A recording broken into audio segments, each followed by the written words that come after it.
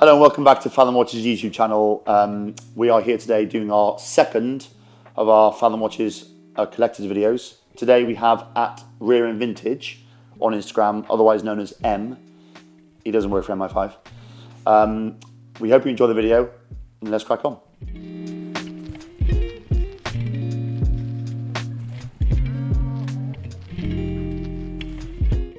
So welcome M, thank you for coming in for our for the second Fathom Watches collection video.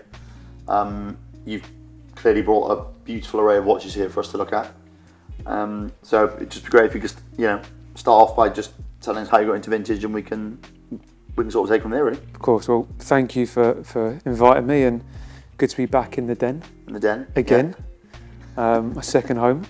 But I think if we go back to the start, for me it was my dad that sort of first got me into watches, and I think for a lot of people it is more of a family connection or a family tie into your watches. And I think my dad was, he would not approve of Rolexes and top end. What he tried to educate me on at the very beginning was very American, retro, and military. Those were his two passions. So when you talk about American retro, I mean military, I can instantly think of what comes to mind. He went to American retro, what we... So you're talking Hamilton's Benrus? Yeah, Benrus, yeah. Benrus. Some early Le Coultre, okay, which for me doesn't sound American at all, never did. So that was my early education. And he still loves his vintage pieces now. Okay. Although we have different tastes, it's something that we do discuss and bond over, and I think that was quite nice for me to have a connection with my dad, because with the other stuff that I do work-wise, it's good to find something to connect with your family on a different level. But that's where the passion, I suppose the initial interest came into it when you're younger. I think as time moved on in my professional career, watches for me became more of a status symbol of success. Yeah. I work in representation, and a lot of the clients who reach the pinnacle of their game, would often mark it by buying a nice luxury timepiece. So it became a sort of an aspirational product, something to aspire to, rather than, I said, some of the original watches were just for me for fun. They were fun things to buy, and you didn't mind if you bashed a fossil or you bashed a swatch. It never had that same I suppose. Yeah, so you didn't start off like all of us with like a really fancy watch and got used to wearing that. You start off with something basic, and correct. And you grow from there. Yeah. And then I think in my own career it was very much after a few years of doing okay. I always knew I wanted, a nice luxury timepiece to walk in and feel in meetings and in presentations, to feel that you look the part. You need the part. And the first modern luxury watch I bought was a 116523 bimetal. And I wouldn't put myself down as a flashy person. But I wanted a Daytona. That was a watch I really spent all my time looking at pictures of and really aspiring to have. And I went, as all first timers do, you go to Burlington. Oh yeah. And you walk up and down Burlington admiring the watches in the window. And I found one there in one of the shops, and it was bimetal bracelet, had a champagne gold dial. Nice. And I hummed and I hard, and I thought, no, come on, you've done well for yourself. Let's reward yourself. And I bought it and took it home. And that evening, I was looking at it, loved it, and woke up in the morning and had this feeling that I didn't deserve it, or wasn't that guy. It was a very strange feeling. Okay. And I called the guy up and I went, I'm really sorry, there's nothing wrong with the watch. I don't think I'm ready for it. And to be fair, the guy was brilliant. He said, no problems at all, bring it back. And I got a refund. Wow. So my first luxury piece was 24 hours. Wow. Why did you feel like you felt that? I don't know. It was maybe when you have something so high up in your thoughts, that you suddenly have it, and maybe it's a bit of, I'm not worthy. I don't know what it was. It was just, it was a moment of, if I put this watch on at a young age, am I now saying, oh, I've made it, I think I'm better than I am? Do I lose that? Do people look at me differently? So I took it back within 24 hours. And then I had this irrational thought that if I treated myself, that everything else would sort of fall apart. So I waited and I waited. It only lasted about 3 months, and I suddenly got that out of. So, I mean, that's a long time to go by something that you thought was like, that you lusted after for so long. Yeah. And then just, put it to bed for 3 months. So I came back 3 months later. Yeah. And I thought, no, you know what? Business is still going well. And maybe the bimetal and the champagne dial was a bit much. So I thought, you know what? I'm going to go black dial. Okay. So I got exactly the same watch. Yeah. But black dial this time. And yeah, that was and this time I did keep it. Okay. And that was my daily watch for about, I'd say 3-4 years. So when are we talking? What year are we talking about now? Maybe 2013, 2014. Okay. Maybe. Yeah. So when the price of these watches was still relatively, like, pretty affordable, actually. Yeah, it was. Comparatively to now. Well, the grey market back then was under. Everything was under list. Everything was under list. No matter what Daytona it was under list. It's quite interesting that you chose a bimetal over just a normal steel. Do you know what it was? At that time, I thought I couldn't afford a full gold.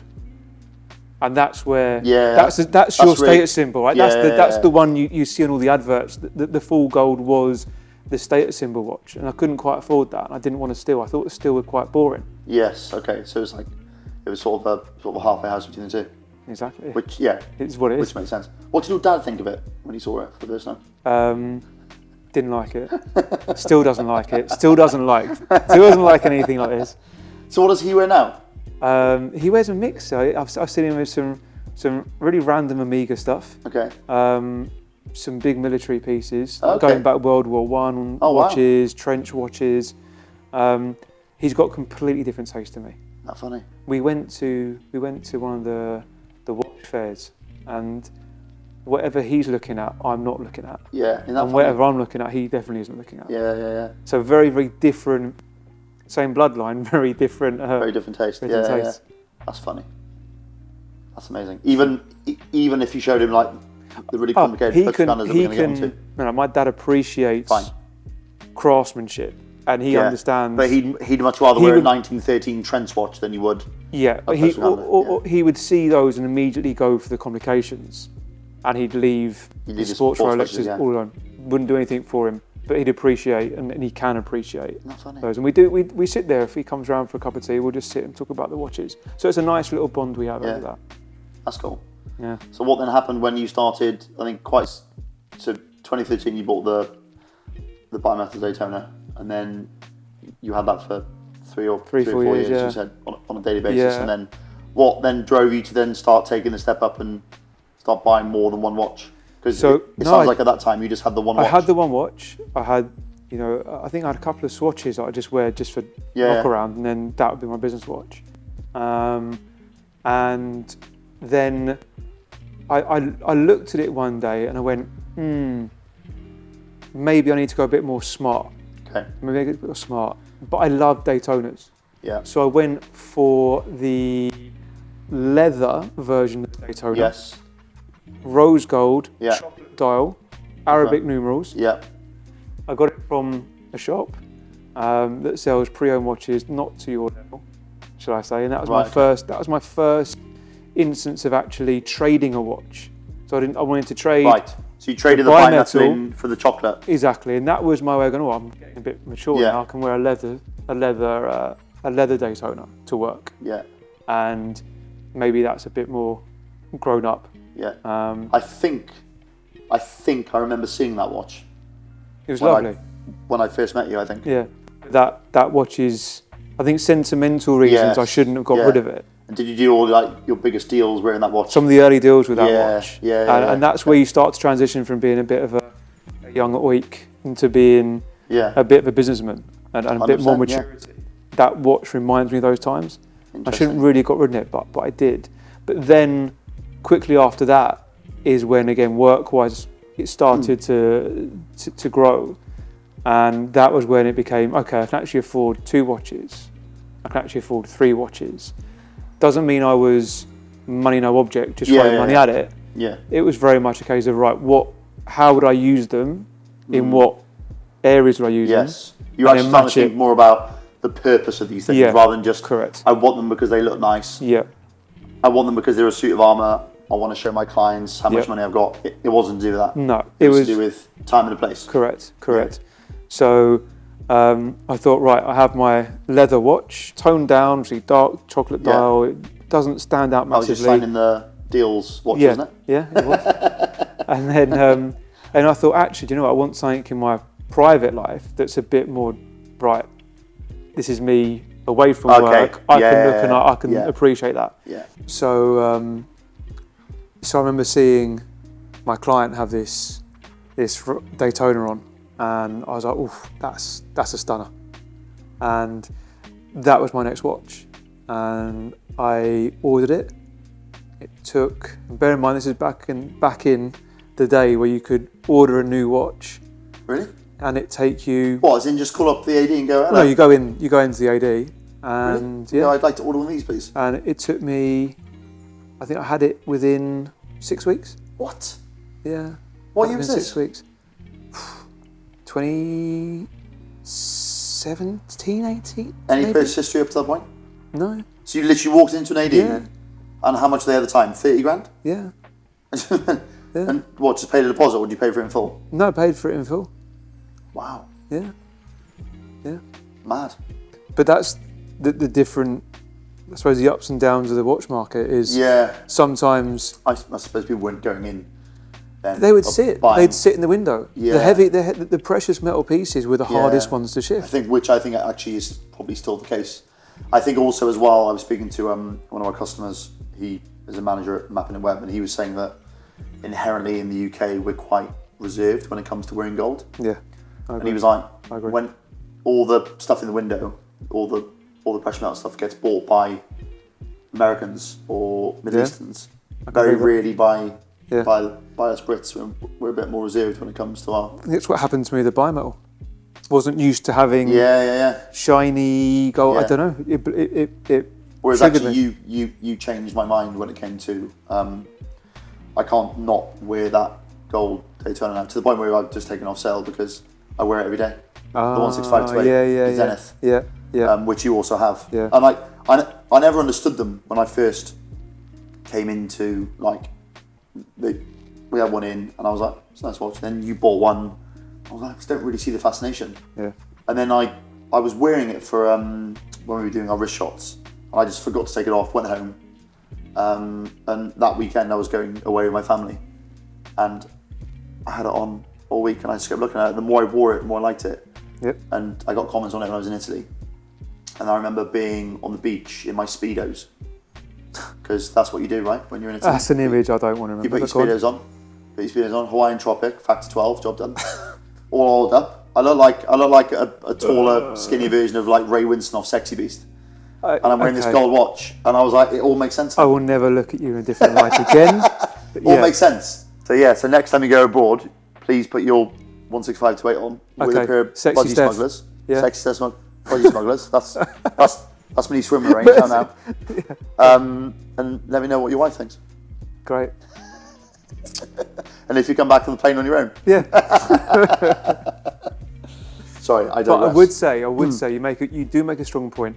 There's a big difference, and I've bought and worn both modern gold and vintage gold. Yes. Old gold wears and looks completely different. It does. And I think more so with yellow gold, because actually sometimes... Well, ages are different. Age is more bronzy, doesn't it? Yeah, and like your 165-8 is exactly the same. Is when you put it on, like this is yellow here, right? Yeah. But actually, when you look at it in the light, it's a bit rose. Yeah, no, 100%. It's got like a rose tint to it, whereas the modern yellow is really yellow, almost like a pale yellow. Yeah.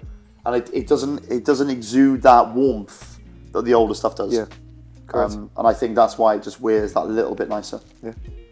So the Ever Rose was my defining watch. That was the watch when this is what I've worked really hard for. I'm really pleased, and I loved it. And I'd wear it out for dinner. I'd wear it out for nights out and events. With your speedos on. With my speedos on, with my Factor 12, and until it started to change a little bit. And when I mean it started to change, I still love that watch, but I couldn't wear it out. And do you see what I mean? It started to turn, and you just you wouldn't feel as comfortable wearing that watch out in London to restaurants as you would have maybe a couple of years before. It's true. It just it's changed. True. Societal it has changed in terms of nobody would like. It wasn't in the consciousness that you'd wear a watch out and get mugged for your watch. No. And that was a point where I was like, okay, I've got a few modern pieces, and I had some other modern GMTs, and I was mainly Rolex. Okay. I would love a modern Patek, but you knock on the door and you would have no chance. No. You'd have no chance. So lots of modern Rolex, like Daytonas, and I was very happy. That was me. And for how long? Right through. I'd say good 4 years. So into 2020, past COVID, out the other side of COVID. Before COVID, because I was talking to you sort of during COVID, because you were transitioning from Vintage Watch Lab into the juggernaut that is now Fathom. And I think when I met you, it was all modern, wasn't it? It was. I don't think you had a single. I didn't. Well, I came to you. The oldest watch you had was that MOP dial Daytona, wasn't it? Yeah, which was like 2004, 2005. Yeah, correct. Something like that. And it was all. So I was very Daytona heavy. Yeah. Very Rolex heavy. And I think it got to a point where you'd go to meetings or you'd meet your clients, and you'd all sort of more or less have the same watches. And I wanted something a little bit different, and your tastes change, and you know, especially after COVID, and you come out of it and you start to get more thoughts of hobbies and things to get into and passions. And I spent more time with, you're at home through COVID, you got more time on your hands to sort of think and look at. And that was when, again, the passion for watches, and actually historical watches. Did you have more time to like actually research stuff and find something you like online and look of, and you go, what's that? You're looking at things, and also there was a bit of a swing towards vintage and a bit of a swing towards, actually, I don't want what everybody else has got. I want to dress how I want to dress. Well, certainly with your clientele, everyone's wearing the same thing, right? It's about keeping on the Joneses. It's like, who's got the latest modern watch? And actually, when on a day-to-day basis, when you're surrounded by people like that, there isn't any differentiation. I call it Agent Anderson. You know, the guy that replicates off the Matrix. Yes. It's like the adage where you walk around the city and you see everyone wearing a shirt and a gilet, you know, navy trousers and shoes with a modern sub on. Yeah. But everyone, when they go and buy that modern sub on that day, think they're special, get a modern sub. And don't get me wrong, Rolex do an unbelievable service when you are buying from them. They sit you down, the champagne comes out, it's a great day. Yeah, it is, but it didn't stop me thinking, well, researching into vintage watches, and just almost the transition from what I have in my hands now as a modern piece. Where did that come from? Yeah. What were the origins of that piece? Why does this exist? Yeah. And then you sort of just start to get a basic education. I mean, the thing about vintage, and what I've learned most from you over the years, is there are layers and layers and layers of education and knowledge. Yeah. And you can't second guess it. And that was at the point where I was like, actually, do you know what? I want something that I can wear on a daily basis that is different, that has stood the test of time. From the eye, looks good. Yeah. And maybe makes you look a bit more, I don't know, sophisticated, or makes you feel, actually, I've got something different, and a storyteller.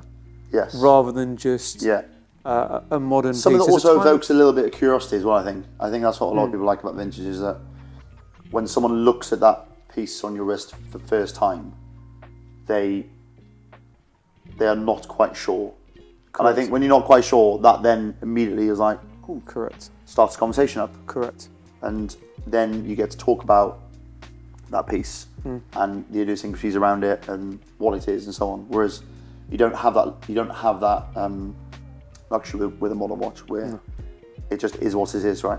Correct. And I think for me, you fall in love with the story, you fall in love with the charm, you fall in love with the craft of making these watches and what they're originally intended for. 100%. And I think your Coca-Cola watches that you bought are a prime example of that. You didn't bring them with you today, but I think they're worth talking about, because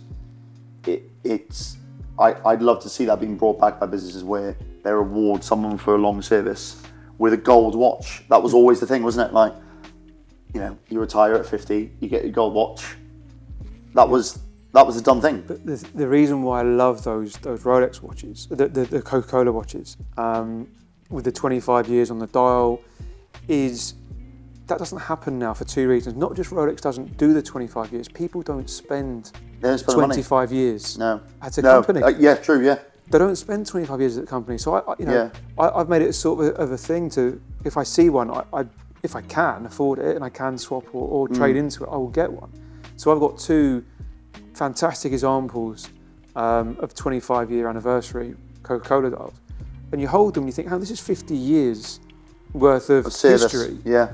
That's 50 years worth of loyalty, of sticking with the company. Yeah. It doesn't happen in today's society where it's all so disposable, I suppose is the word, right? No one isn't. If you stay in a job for 2 years, you're a veteran. Interestingly, my profession for this was I worked in recruitment for 12 years, and you know the UK average when I was working in recruitment for a full-time job was between 22 and 24 months. There you go. That's the average. There you go. And I'm like, is that it? But it's same with everything else. Same with cars. The average person in the UK owns a car for less than 2 years. Yeah. It's just we're in that cycle of just constantly trying to change and update and. Was technology changes, roles change. Exactly. But I think where are you going to find now that sort of history with not in terms of the history of the movement or history of the model, but the history of what that watch signifies. 100%. Yeah. 25 years service to one company, and you've got two of them. That's 50 years. Yeah. Add a bit of provenance, so we know who the person was, what their story was, what they did at the company.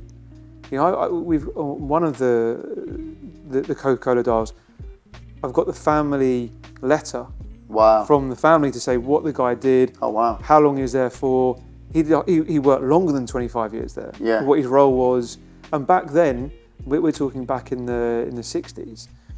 You know, the original recipe for Coca-Cola was a secret, right? For obvious reasons. Yeah, of course it was. Yeah. This guy knew it. This guy's one of the very few people that knew all the recipes. So you have that sort of provenance with a watch that signifies 25 years service for the price of less than an entry-level date just now. It's just, for me, mind-blowing. Yeah. Mind-blowing. So to everyone else, I'm wearing a small Rolex OP on a leather. Yeah. But at second glance, it's meaningless in today's modern world. It's meaningless. Yeah. But I think what it signifies and what both those watches signifies is something special and unique, and that's part of the love of collecting. 100%. And you've got the story that goes with it, which just amplifies a watch to another level when you know the story and the person behind that, behind that watch and why they have it in their possession. Correct. It's amazing, and I'd like to see that eventually come back. We're doing an award ceremony with an institution earlier on next year, and we're giving out the prize, and I'm choosing the watch for the person, and it's going to be a gold watch, because I want to try and bring back that sentiment, almost that that tradition of, this guy has worked to this point, achieved all this. You're going to get a gold watch to signify that event in your life, and wear it and remember why you achieved it, and hopefully then give it back like you after 24 hours. So let's so we've got quite a few watches on the table. Yeah. And I would be grateful if you could talk us through them. I believe they're in chronological order of when you received them. Yeah, I think, as you said, there's two different sides, the sports side and the complicated side. And I think for me, I came into it very much, okay, sports Rolex. Yeah. Let's start there. If I'm going to go into vintage, let's go into sports Rolex because it's safe, it's dependable, you know what it is, there's loads of research you can do on it. And that was my first dive into it. You can't get, and you still can't get, a modern Pepsi for love nor money. Well, no, certainly after all the issues retail. with the bezels. So if we look at the 1675, this for me is the original Pepsi. This is so much more charming. Yeah. And, you know, when you're used to buying modern and wearing modern, and you pick a 1675 up that feels bracelet, so nice.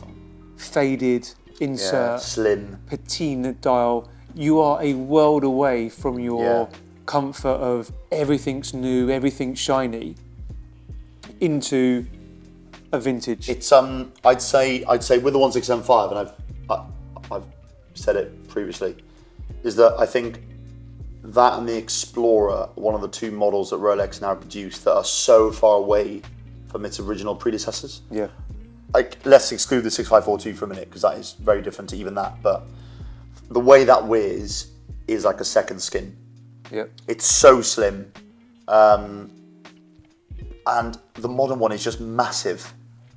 We had a gentleman come in here recently to collect his 1675, and you know he dresses quite smart for work, and he had a modern one, and he couldn't fit it under his cuff, and it gets to the point where you've sort of lost the purpose of what that watch is like actually used for.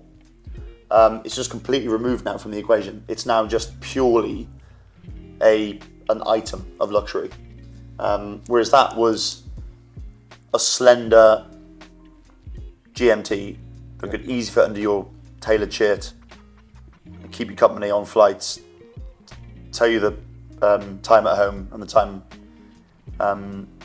in your local country.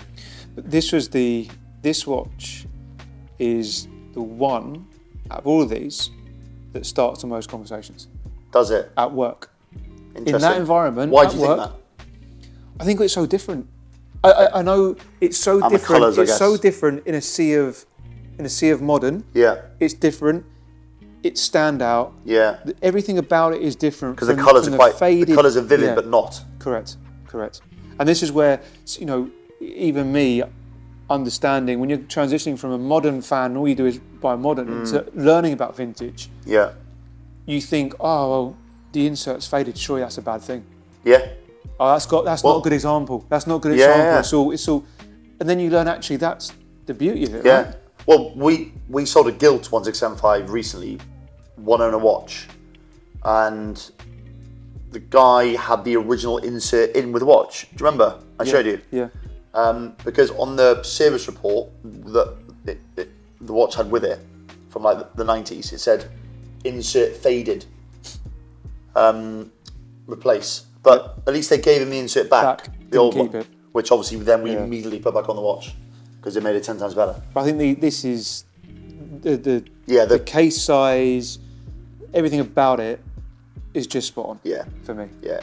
The proportions are perfect. Yeah. The creaminess of the markers as well just goes so well. Yeah. With that like muted insert. Yeah. And it's interesting with these inserts because they change colour differently depending on the type of the insert. Okay. So the really early ones go really vivid, and so do the late ones. But the ones in the middle, like this one, sort of stay more muted, but a nice glossy finish to it. Yeah, it's beautiful. And the fat font as well. Yeah, it's lovely. Insert, really nice. Suits your wrist size as well. Yeah. There aren't many 40mm watches that wear like that. No, it doesn't feel like a 40. No, it doesn't. If someone was to say to me now, buy a 40mm watch, I'd be like, whoa, no. Yeah. No. But but that's 40. But it's so slim, isn't it? Correct. I mean, it's not much thicker than some of these petrol candles, to be quite honest. No, it's a great example, and I said when you're getting into vintage, these are an incredible value. Yeah, I think that was one of the first sports watches you bought off us, wasn't it? It was, yeah. And one of the very few I've not traded on. That is also true, yeah. No, yeah. I love this one. It gets a lot of wrist on. Good. A lot of wrist on. And then soon after that, you bought the next one. Well, from memory, this was a bit of a consolidation, wasn't it? Really. Yeah. I had bought previously from you a 5513 or a 5513. Yeah, 5513 meters first. Correct. And a 000. Yeah. And I suddenly didn't have enough time to wear them on rotation, and I thought, why do I need hundreds of subs? Yeah. Because I had some modern subs as well, and some of the vintage. Yeah. I think also at the time, I remember you saying you didn't have anything gilt. No. And because you had that was matte, 5003 was matte dial, so it was a single red, eventually. Which I think you got before you consolidated into that. I think we'd got you that. So you had a lot of matte dials. Yep. Nothing gilt, and I think we had this one in. This had just come in, and you were like, oh. And I can't have both. No, can't have both. And one bit of advice that always stood me in good stead was, if you're gonna buy something and invest in something, you go for the best. Yeah. You go for the best.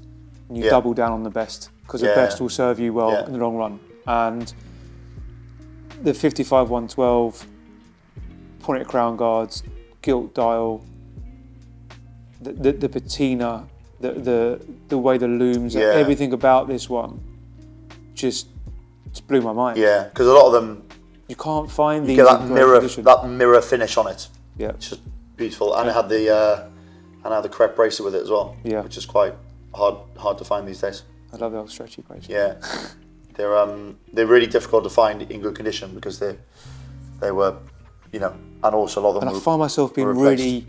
This is one of the watches when I wear it, I feel really, really privileged to wear, and I'm almost super careful of when I wear it, where I wear it. Yeah.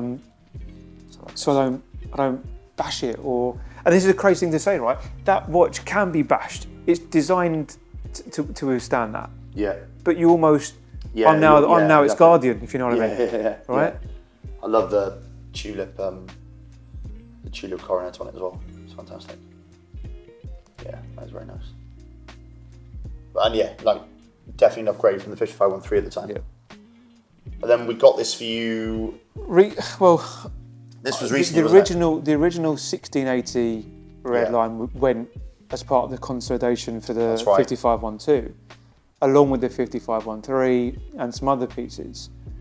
And that's right. I remember now. And I thought I've consolidated a lot of subs into one sub, and that's my sub. That's my sub.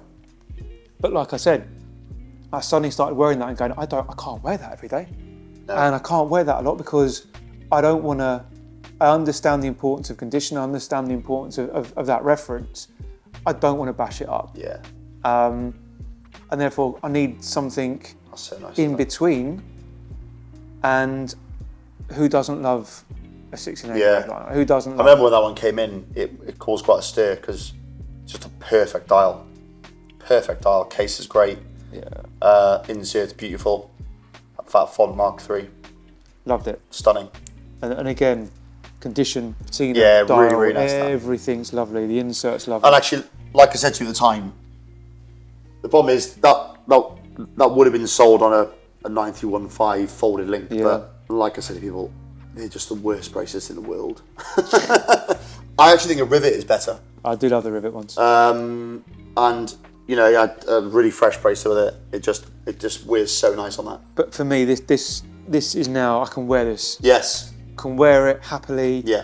I'm not scared of bashing up the 55-112. I can enjoy this, and it's a great watch. Yeah. It's a great watch, and these two together, that's it for me in subs. Yeah, you got them. I feel privileged to have both of them in the collection, and I don't see me getting rid of either of these two. Yeah. Unless you can find a proper bracelet. So it's really funny because recently I've sold a couple of watches on the original photo links, and the first thing people said was, "Can you source me a 93150?" So, if someone wants to swap the bracelets out, I'm actually going to Rolex after this to actually go and collect one for another watch. So it's the irony, isn't it? You spend all this time trying to find the original bracelets things. That's the one, by the way. And people don't actually wear them. The one thing that I do find, people who often have modern, who pick up a vintage piece, that's the first thing they say about, the bracelet's really ratty, isn't it? Oh, is that fake bracelet? Compared to a modern one, even a 93150 feels rattly. Yeah. So you imagine what they think about a folder link? Yeah, I know. But for me, again, that's part of the charm. So this is the watch that I think a lot of people have heard about because Matt's, aka P&L Watch Collection, who we did the video with before, this was the watch that first attracted him to Fathom, and he eventually met you earlier on last week. Yeah, we did. Yeah, finally. And he'll probably won't stop pestering now for the next 2 years to try and get the watch. But this is when you meet a watch and you can't say no. The dial, it's like lava. This dial is just, you could stare at it for days. Yeah, and actually having had quite a few serviced recently, the condition of the bracelet is just awesome, and the case. Yeah. And it's got a gorgeous sunburst Soleil dial that's got this wonderful, as you can see from the pictures, lava. It's like this like honey lava dial. I just think it's absolutely gorgeous, and I remember when you saw it for the first time. Yeah, it's the same as Matt. Yeah. This watch has. You talk about wrist appeal. You talk about just instantly falling for the charms of a watch. But the colour of it, though, like I hope the pictures pick up the coloration of it. Because it's the hardest watch in the world to photograph. Yeah. It's the hardest watch to get exactly what you see close up and what you see on your wrist to try and replicate that on a picture. You can't. But it is, it's incredible. Really stands out as well. But I said, because the bracelet's the earlier type, it's a lot lighter. Yeah. Same with the 165-8. The bracelet, like now, the modern gold bracelets are really lumpy and heavy. You really notice wearing the watch. I bet that Everose felt really heavy. Yeah. Whereas that doesn't fit. It's not at all. It's so well balanced. Yeah. I think for me that there's categories of watches, and this is aged to be special. Yeah. For the natural aging process on the dial, it's created something that, as I say, you only really see that. I'm just in the process of buying another one, and you only really see this effect on that variant of dial, and you still get the. I've seen some where it's maybe affected part of the dial, but to have the whole dial in this almost even. Yeah, it's normally in blocks and it like patches, whereas this is like speckled. It's almost like this should have been the design. Yeah. It's almost like this is what the dial should have looked like. Yeah. But no, it's great. And again, the nipple markers are just add that extra just touch of class to it as well. Yeah. And this again, conversation starter. You wear this and people don't know what it is and they ask you. As soon as you catch the light with that dial. Yeah. Like, wow, what's that? Yeah. That's one that they should do a modern version of, I think. Yeah. I think that would do really well if they did. And then we're on to the latest acquisition that I think a lot of people have heard about and seen. Well, I think I said before at the beginning, didn't I, that I was always drawn to Daytonas, always. And the way they wind. The manual wind is incredible. It's a great sound. We should just stop and just admire the sound. Yeah, I love it. But Daytona for me was always my original model that I always went for. And I knew that one day, if I was lucky enough to get a vintage Daytona, it would be a big red. Yeah. And I always had that, and you see the the mythical Paul Newmans, and you know they're so far out of range price-wise, and ability to get. And I thought that one day, if I was lucky enough, a big red would come my way. Yeah. And I think most people have heard the story now of how you acquired how I came about the watch, which sort of makes it a little bit extra special. And you've got obviously the letter from. I think again, this is, I mentioned before, having the letter from the family of the Coca-Cola dial. When you have a bit of personal provenance and you know the person, where it's come from, original owner, you know the story, you know who he is. Got a picture of him wearing it. Exactly. Yeah. I love a story. I love the history behind the watch. And I love that vintage tells a story, where this watch has been and actually in its life. With watches of that level now, it really does add like a nice safety net to the watch, because when you've got that provenance with a watch of that value, and you know it's a one owner watch, all the series is either in the guy's name, you've got a letter from the guy, picture of him wearing it in period. Yep. It really does add another level. To me, that's better than papers any day of the week. Because anyone can buy some papers, but to get that with it is just just a completely different ballgame. I think when I first saw it here and I picked it up, And what the camera I didn't have the 24-hour moment where I was like, no, you didn't know. This is something that you know. And what the camera may or may not be able to pick up is you have relatively small wrists. Yes. And I'm aware. That size is perfect for you. Yeah. It's funny you mentioned that, because we'll come on to the complications and the sizing of the watches there. But before I move on from this one, this for me was the realization of my dream of what I wanted, and you know, of course there's other maybe more historical vintage Daytonas. This for me, the Big Red, was always the one. I know there's a conversation between pump pushers and screw down pushers. I get that. This for me was just this is so when we had this one, it came again because he had it serviced back in the day. We put the original Mark 1 pushers back on. Yep. Because it had the Mark 3s on with the little ridge on them. So it's nice to have its original pushers put back on. And again, nice that Rolex actually gave you. Well, just because gave them the guy back. It was only really the waterproofness of them, which was why they upgraded them. So at the time, it was seen as an upgrade. Yeah. So to them, it's like, well, we don't want the old ones back. Yeah. Because to them, there was no value. Now there are value in these parts online. So Rolex try and keep them all to themselves. Yeah. I just think these are proportion-wise and what they represent. I think they're really historical watches. And again, you get, because it's 1980. Yeah. You get the slightly better bracelet as well. Again, in love with this watch, and thanks for bumping into. I do see you wearing that a lot, actually. Yeah. Thank you for bumping into a stranger in the forest.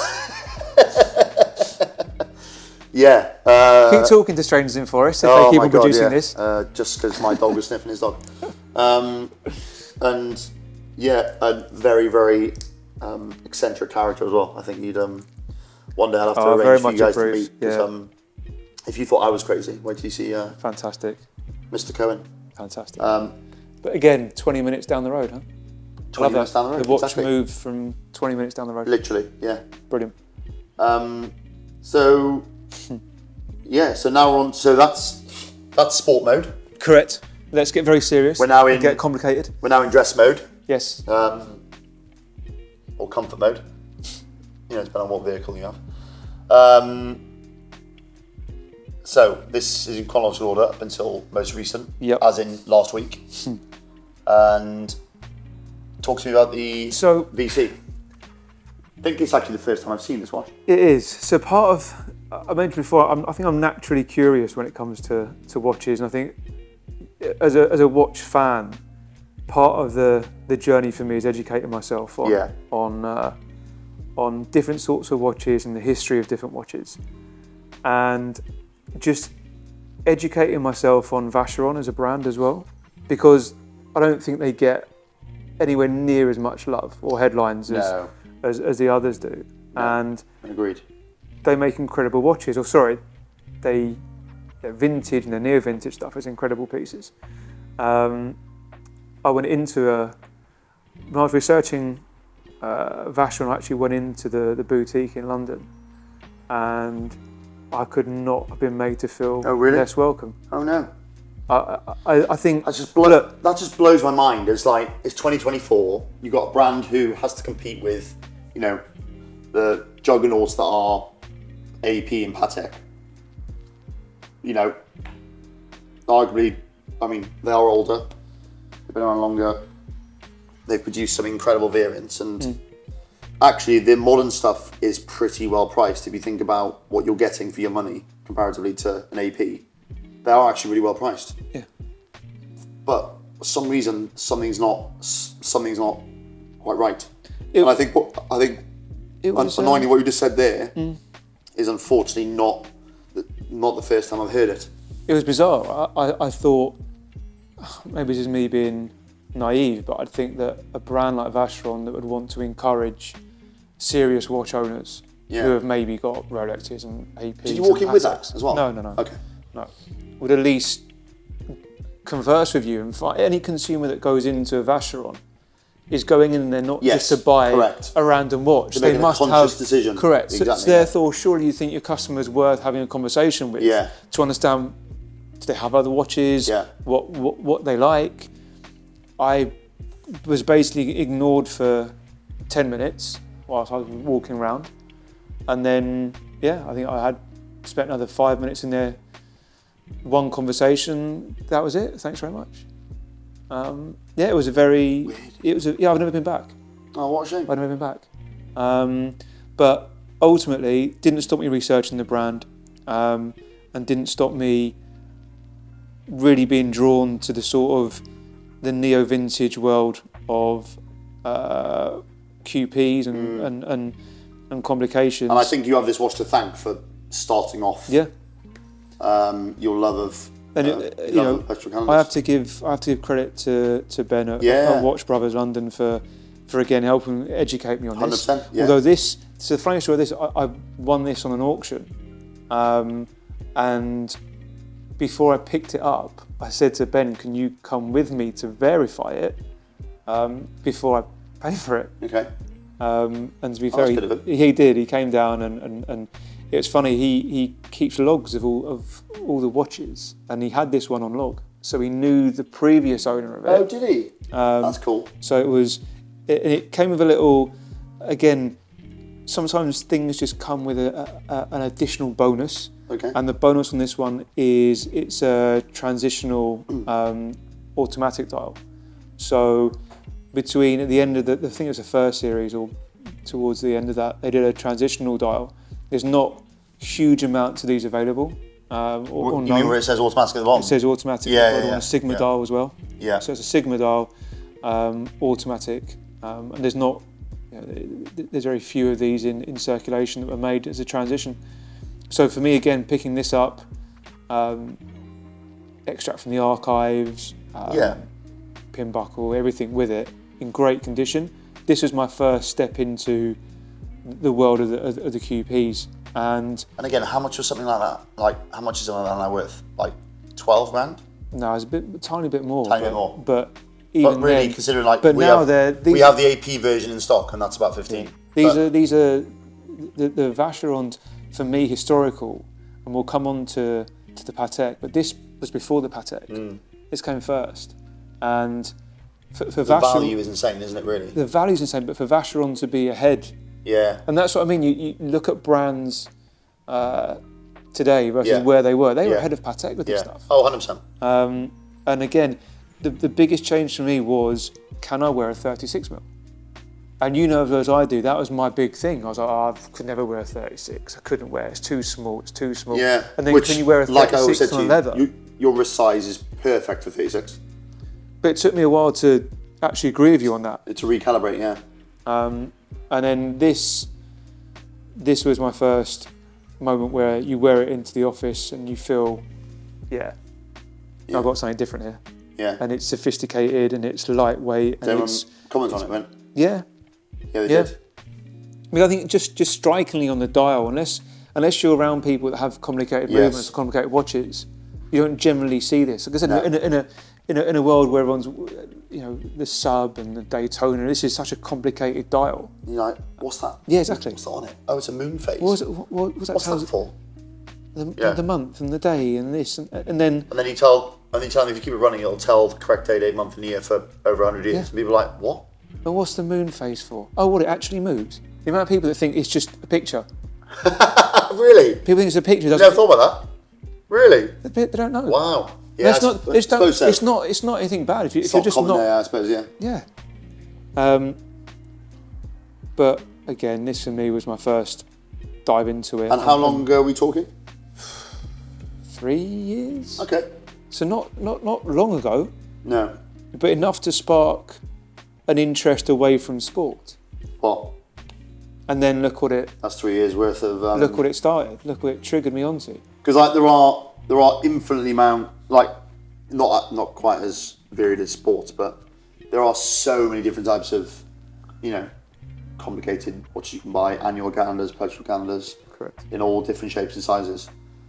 But you kept it pretty much on the straight and narrow, haven't you, in terms of how pure they are, the size, and outside of the platinum, they're all yellow gold. Yeah. I think for me, what they represent is incredible value. Yeah. And we'll come on to some of the others, but the detail you find in these complicated watches are unrivaled for me. Yeah. Like some of the iconic calibers and movements and where the minds of the watchmakers were at during these periods to create these watches, incredible. Well, like I said, I just adore Kirk Klaus and his movements, and just the genius to go, I'm going to make this all completely automatic. And yes, it's slightly thicker to house the movement in, but I mean, to pick up something like this this is going to sound insane, but something like that, full set, for less than a modern Explorer 2. Yes. It doesn't make any sense, does it? But this is where I was going to ask you, why do people ignore IWC? This is some of the best watchmaking. These movements are incredible pieces of watchmaking. It is. I think IWC just. I think, and I had this chat with someone the other week. They're actually now trying, if you notice recently, trying to bring back some of that, trying to showcase their heritage a little bit more. But for the last sort of 5-10 years, they've not really. All the watches are massive. Yeah. They don't make normal size watches anymore. No. They'd be like saucepans on my wrist. Oh, the Portuguese is like, why do you need a 44mm dress watch? It's just ridiculous. You just don't. No one needs that. And just like their ambassadorship, they've made very weird choices with who they associate with it. They've been involved in F1 for a long time. I've got a lot of friends in F1, and they just, the products that come out of it just make no sense. The massive chronographs, but then they look identical to the Top Gun chronograph. The only difference is the colour is the same as the car, and it's just a bit lame. I think once IWC passed the early 2000s, I think their whole business strategy changed, the DaVinci range changed. Yeah. And I think I'm 36 now. If you're my age or a little bit older, you're not going to remember when these were out. No. You're not going to remember when these were current watches. I don't remember them. Yeah, exactly. So you've got to be. I don't remember them. You've got to be in your 50s. I'm a bit older than you. Yeah, and you've got to be in your 50s to remember this being like a watch for sale. When I first started seeing those, because we spoke about the DaVincis before I even got that one, a long time before. Do you remember? I had that, like the very last of them, like 2004, 2005, with the Rapparante movement. And even then, I said to you, "That's incredible." Like, remember, like when you understand the amount of watchmaking that's gone into that, it's incredible. You're like, "What's Kirk about?" I was like, "Well, you can literally pull that out. It's set from factory. and every time you turn it, it does it all automatically. Yep. It knows where the moon is on this particular day, on this particular year. It's just outrageous. The only downside is you can't go backwards. So if you are a bit drunk or your eyesight's bad and you overwind it, then you've got to wait. However, like, just the bracelet design, the proportions, I can't see them making anything remotely like this. It's beautiful, and it's the only complication with a dark dial that I've got. And on a bracelet. And a bracelet, yeah. Yeah. I think it's stunning. I think it's absolutely stunning. And I cannot understand how the IWCs, especially these neo vintage ones, are just being slept on. The value proposition on these are incredible. Same with this. And this, again, you do need to tell the story because it is rather amusing about when you went to IWC with this watch. Oh, it wasn't me. It was the previous. So the previous owner. The previous owner went to IWC, and then he was told that it was a fake watch, and they didn't recognise it as one of their watches. And it just shows how rare a beast that one is. But what you've got there is the platinum 2050. It's called the Romana. Yeah, the Romana. I think it launched in '94. It was the thinnest ever perpetual calendar caliber. Yeah. 3.1 mil apparently. But That's it's fast. so thin, and That's beautiful. In a platinum case, it wears outstanding. I just love that they didn't even know what it was. They didn't. They didn't. didn't. It themselves. Did they give an apology? Yeah, they did. They did to the guy. Yeah. They gave some money off the service as well. It's the least they should do. It's the least they should do. But an incredible watch. I love that. And again, I actually like the moon phases at the top. Yeah. Similar to the Gentle.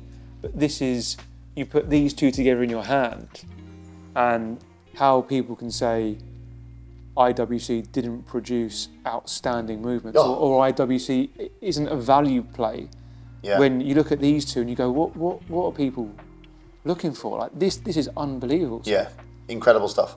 And like I think as a whole, neo vintage perpetual calendars, annual calendars are just outrageous value. Yeah. We had an Odysseus JLC annual calendar that lasted like 3 days, 18 karat gold, 6.5 grand watch. I mean, there really isn't a lot you can buy with 6.5 grand anymore, let alone with that level of complication. And this is platinum, and you try getting a platinum watch with this complicated for sub I don't know 15. And the same full set. Same with the Breguet, the 3050. You know, these are so uncommon because they were so expensive to buy. Yeah. Around $80,000 new in the late 80s. Can you imagine having that level of money then, walking into Breguet and go, yeah. I have one of those. Yeah, I have one of those. It's the same now. Even the retail prices now, you walk in there heavy. But that's equivalent, if you factor in inflation, it's like 130k today. On the flip side, it is, in terms of hand finishing, and the number of these that are produced per year, the amount of people that had to work on them to produce one, Breguet is a marvel. I think when you have them all side by side, you realise where Breguet excelled and why they were expensive is that around 40 different people were actually involved in making the watch. From the hand guilloche finish, on the case, dial. It's just mind-blowing, really. And those skills just don't really exist anymore. Certainly not to the amount that they used to. No, they're mega. And if you put those under a loop, the detail is just stunning. It's just stunning. And it gives it this, the way the light catches it at different angles, it elevates the whole dial. Well, and you've got two different finishes. You've got a gloss and a satin finish. It's lovely, isn't it? There's a lot to be said for Breguet. There's a lot to be said for Breguet, and I think it's... But again, the brand new stuff, massive money. Yeah. Massive money, and you'll lose a ton as soon as you walk out the showroom. Correct. However, the neo vintage stuff, like this is as good as it gets. A Roth period perpetual calendar for just a bit less than 30 grand. People are starting to pay interest now in Breguet, and especially Roth era Breguets. And this for me, people will talk about the original historic, but this for me is a standout model. Yeah. Based on the original pocket watch that Daniel Rother made for his studies. Just incredible watch. Yeah. Incredible piece. Talk to me about the Argenta. This is fun. This is fun. So this is... Was this off Ben? It was. Nice. It was off Ben. And this is, again, something very different, quirky.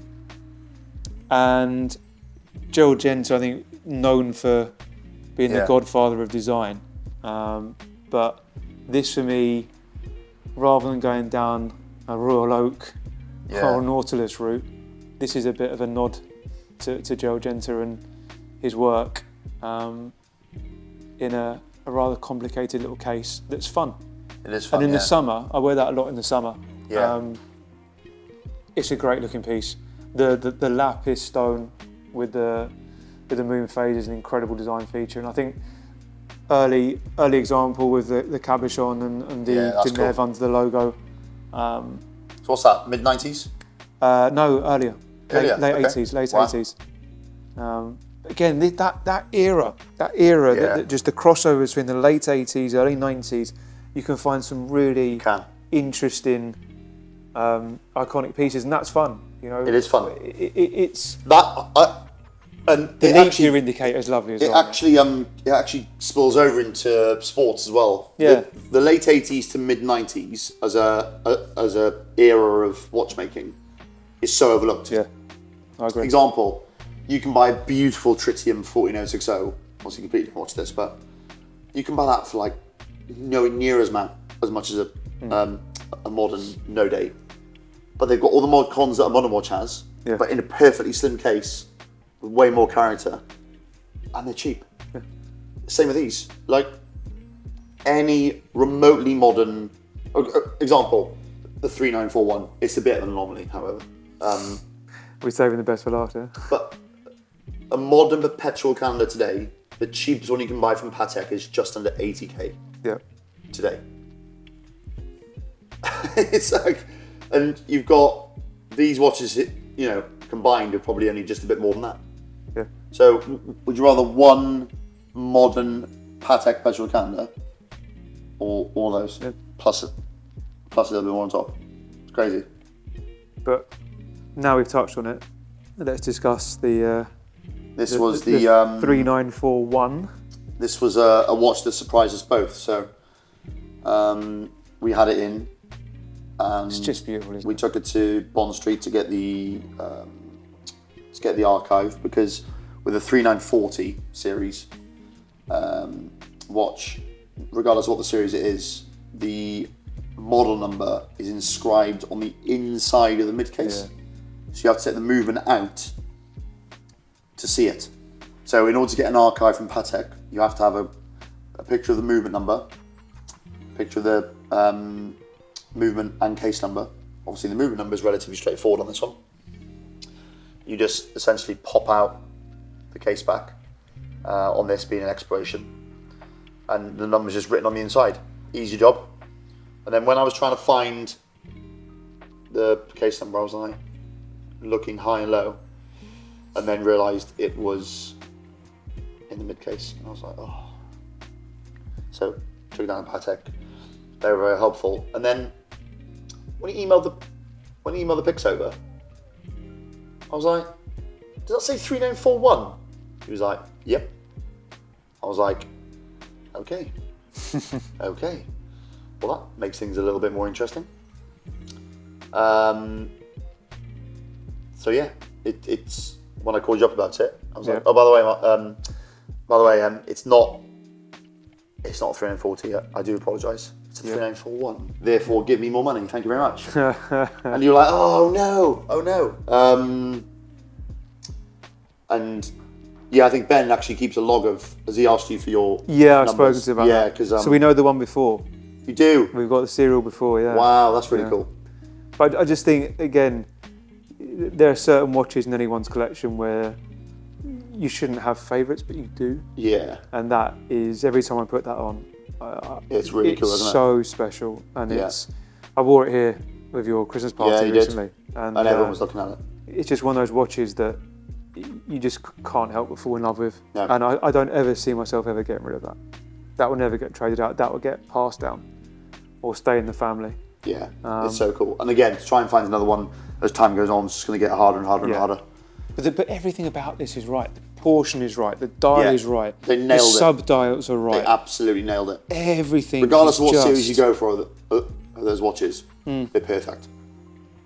I can just see these getting more and more and more popular or more and more revered as time goes on. As perpetual calendars get bigger and bigger and bigger, people are going to go back to, like I say, people's wrists don't get bigger. Yeah.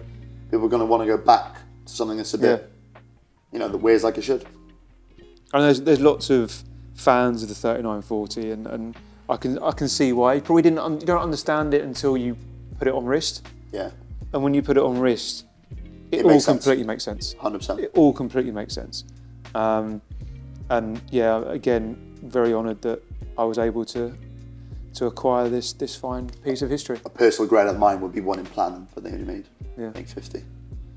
So that might have to wait. But that pretty much is the journey. That's where you are, until now. And actually, I can't finish without mentioning. You mentioned about the IWC, but a little nod to our guys, our friends at that watch podcast. Well, yeah, because this is my latest pickup. Diverse Watch Collector sold you that at the event. Yep. When he bought our oyster courts and realised he needed money, so started tapping shoulders and all the people around him. I overheard the conversation because he had the oyster courts on. He was guarding it for his life. He was. And then he was trying to get me to buy that, which I was like, absolutely, I'll buy it. And he mentioned in the conversation, I'm probably going to get rid of the IWC. And anyone getting rid of an IWC, my little sonar speakers come up. IWC, okay, am I the only one that likes these? And I knew from his Instagram that he had a DaVinci. So I knew which one it was. And the minute he said, IWC, I was like, if you're going to speak to me. Yeah. And lo and behold, a couple of days later, here we are. You bought it instead of me, and I ended up with a modern Explorer as part exchange. You did amazingly well out of that trade, well done. It's about time I got one over on you. Yeah, so, that's true. Yeah. No, very, very, I said to... I love these. I had one about 8 or 9 years ago, and I really, now I see it in steel, I really regret selling it. Incredible watching, again. They're beautiful, and they wear so well. Yeah. I've also just realised that both of us are not wearing a watch, which I find quite funny. Well, I've tried mine on as we've gone through the conversations because I wasn't sure which one I was going to wear throughout the chat, but yeah. Yeah, I think this one is a firm favourite of mine still, I think, in the in your collection. And it's your newest one. It is my newest one. By a country mile. It's probably the last watch you're going to buy all year, isn't it? We'll have a little look around, shall we? Again, thank you for coming in. It's always been a pleasure to see you. And thank you for your business so far again this year. And glad you had a great Christmas. And hopefully this year brings you many more complicated and sporty watches. Brilliant. Yes. No, thank you for having me. Really enjoyed it. And again, to you, so I've seen the transition from Vintage Watch Lad into Fathom and everything you've done here, and even the event pre-Christmas with some of the collectors that have been in there. You're building such a good community of people as well. Thank you. And I think that's it's all about the people, man. It is, and you've got amazing... We sell watches, but they go on wrists, so it's like it's all about the people, and I'm very thankful that I have such a very loyal and fabulous client base. And to Tommy and to Jake as well, great people, and may the Fathom juggernaut keep on going forward, my friend. Let's keep on rolling to 2025. See you, mate. Thanks a lot.